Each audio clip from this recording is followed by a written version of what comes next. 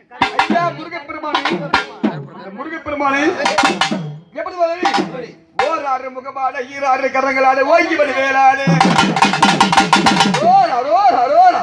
ஓராறு முகமாட ஈராறு கரங்களாடு ஓங்கி வரு வேளாடு. அறிகாடு நந்தி வாகனம் மாடு நாட்டிய பெண்களை கொஞ்சம் விளையாட குமரா வருக வருக கந்தா வருக வருக